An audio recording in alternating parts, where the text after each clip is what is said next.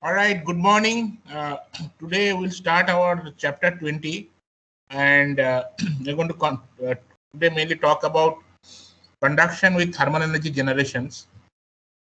In the last class, we talked about critical thickness, like then steady state heat conduction through plane wall, through a cylinder, through spheres, and then we did a couple of numericals. So today we're going to talk about mainly steady state heat conduction, but with thermal energy generation.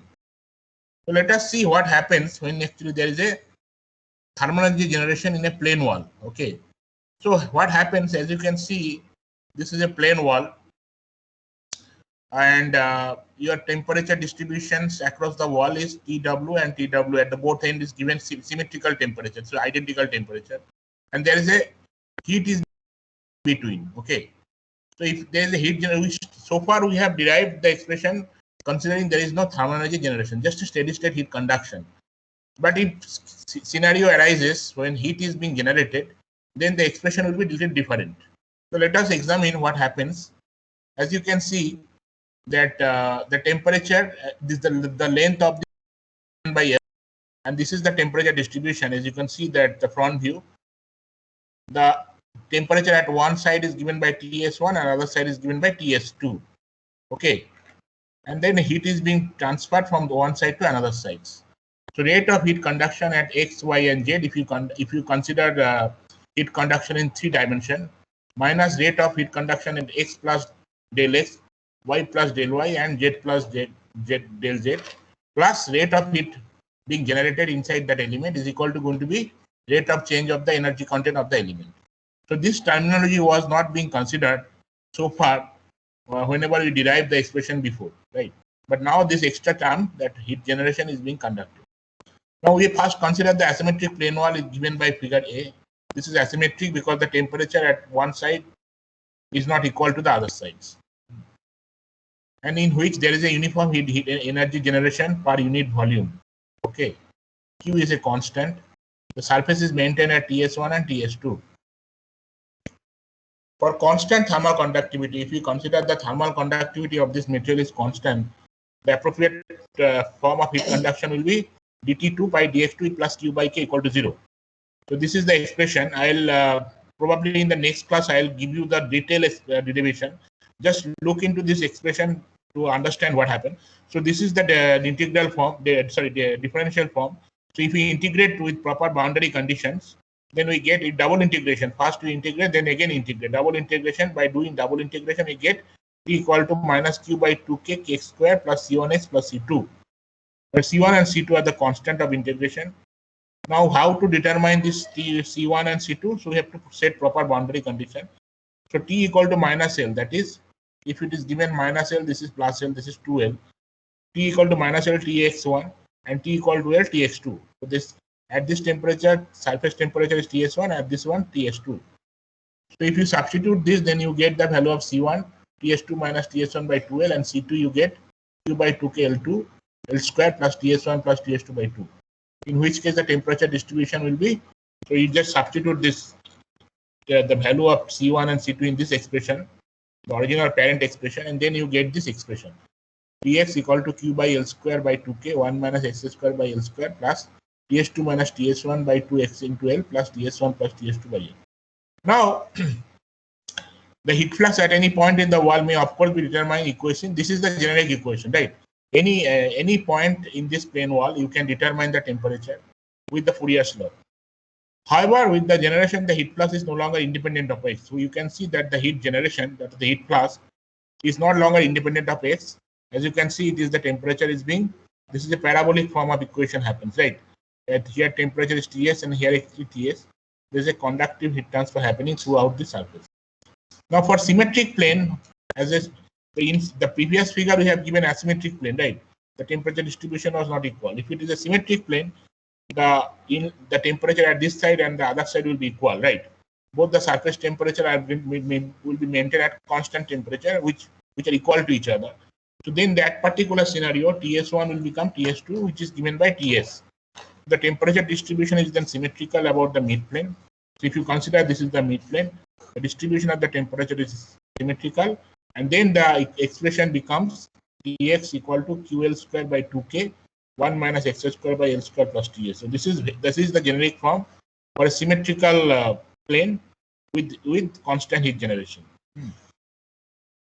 So now how to determine the maximum temperature? What you have to do in order to do the maximum temperature at the which exists at the midplane, which can be derived by how to derive? You can differentiate with respect to x, and then you set it at 0, right? And then you get T0, that is the midplane temperature, equal to T0 QL square by 2K plus Ts. This expression also come after derivation, right? That also I'll show you probably in the next class, the complete derivations. Okay. Right now, just look into this expression. So in which case the temperature distribution equation 22. This is the expression 22. This expression become like this because now Tx minus T0 equal to T minus T0 by x by L square. This is a parabolic equation, right? So here T0 is the midplane temperature, which is the maximum temperature given by QL square by 2K plus Ts. Figure C is represented no heat transfer across the surface, that is adiabatic surface at midplane. No heat transfer happening. So using equation 2, that is the previous plane, the planar that is perfectly insulated on one side and maintained at. So here actually one side is insulated. This side is completely insulated. So no heat dissipation at this side, only heat is dissipated in the other side. And maintain at fixed temperature on the other side x equal to L. Neglecting radiation and substituting the appropriate rate constant equation, the energy will be given by minus k Tt dx x equal to h ts minus t infinity. Substituting from equation 22. Equation 22 is this one, right? To obtain the temperature gradient at x equal to L, it follows Ts equal to T infinity plus QL by H. Here, and Ts may be computed from knowledge of T infinity, L and H. So this is actually Ts is what? Ts is this temperature. This is completely adiabatic heat. No, the perfectly insulated one side. This is the insulation and maintain at a fixed temperature Ts on the other side. So how to determine? Ts will be T infinity plus QL by H. If there is a heat conduction been happening. Okay. Now we'll look into the radial system, that is the cylindrical system with the thermal energy generation. Again, these expressions are actually being given here. The detailed expression I'll give you in the second class. Radial system with thermal energy generation. So heat generation may occur in a variety of radial geometry, as you can see here. Consider the long solid cylinder of figure 2a, as you can see here, which could represent a current carrying wire or fuel element in a nuclear reactor. For constant thermal conductivity K, the expression becomes like this: 1 over R d by dr R T dr plus Q by K equal to 0.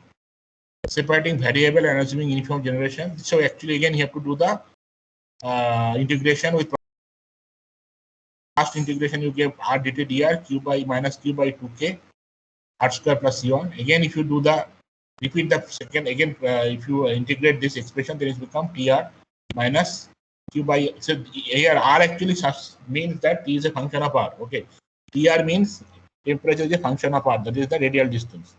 So again integration is Q by plus C1 ln R plus C2. Now how to obtain the constant of integration? That is C1 and C2. We apply the proper boundary condition. So dt by dr, that is the first derivative of temperature of the radial distance at r equal to 0, and T r naught, that is the r naught is actually the outside radius, right? The external outlet radius. Here r naught, that is the surface temperature given by Ts. As you can see, the surface temperature is given by Ts here. So if you put this value, now for a solid cylinder, the center line is a line of symmetry condition. Temperature distribution and the temperature gradient must be 0. Symmetrical boundary condition. R equal to 0 and equation 25, it is evident that C1 0. Using the surface boundary condition R equal to 0, we then obtain C2 Ts plus Q by 4K R0.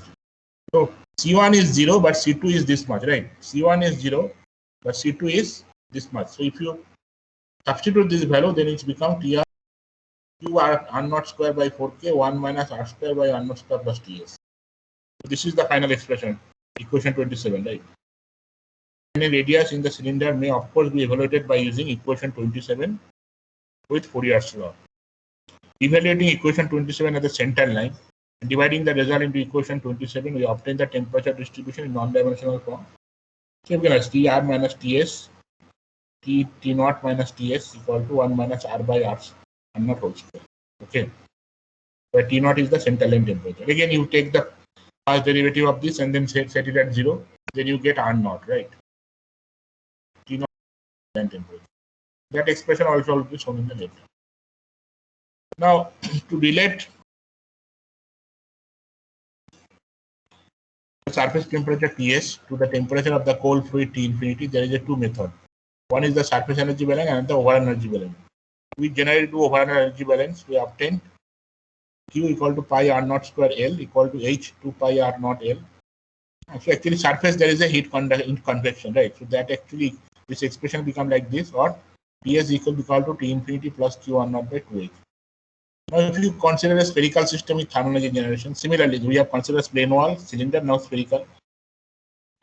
Each conduction on sphere on one dimensional steady state with thermal generation given by 1 by R naught square delta by del R K R naught K square delta by R plus Q by K 0. After some mathematical derivation, we get TR Ts plus Q R naught square by 6K 1 minus R2 by R square by R2 square. So this is the whole expressions. You can see heat flask, temperature distribution, and heat rate for plane wall, cylindrical one, and spherical one. So this is little complicated expressions. I think if I show you the derivation in the second class, you will be able to understand how these expressions are being actually developed. So wait for the second class because I haven't had time to prepare the slides in details. But in the second class, I will definitely show you. Thank you.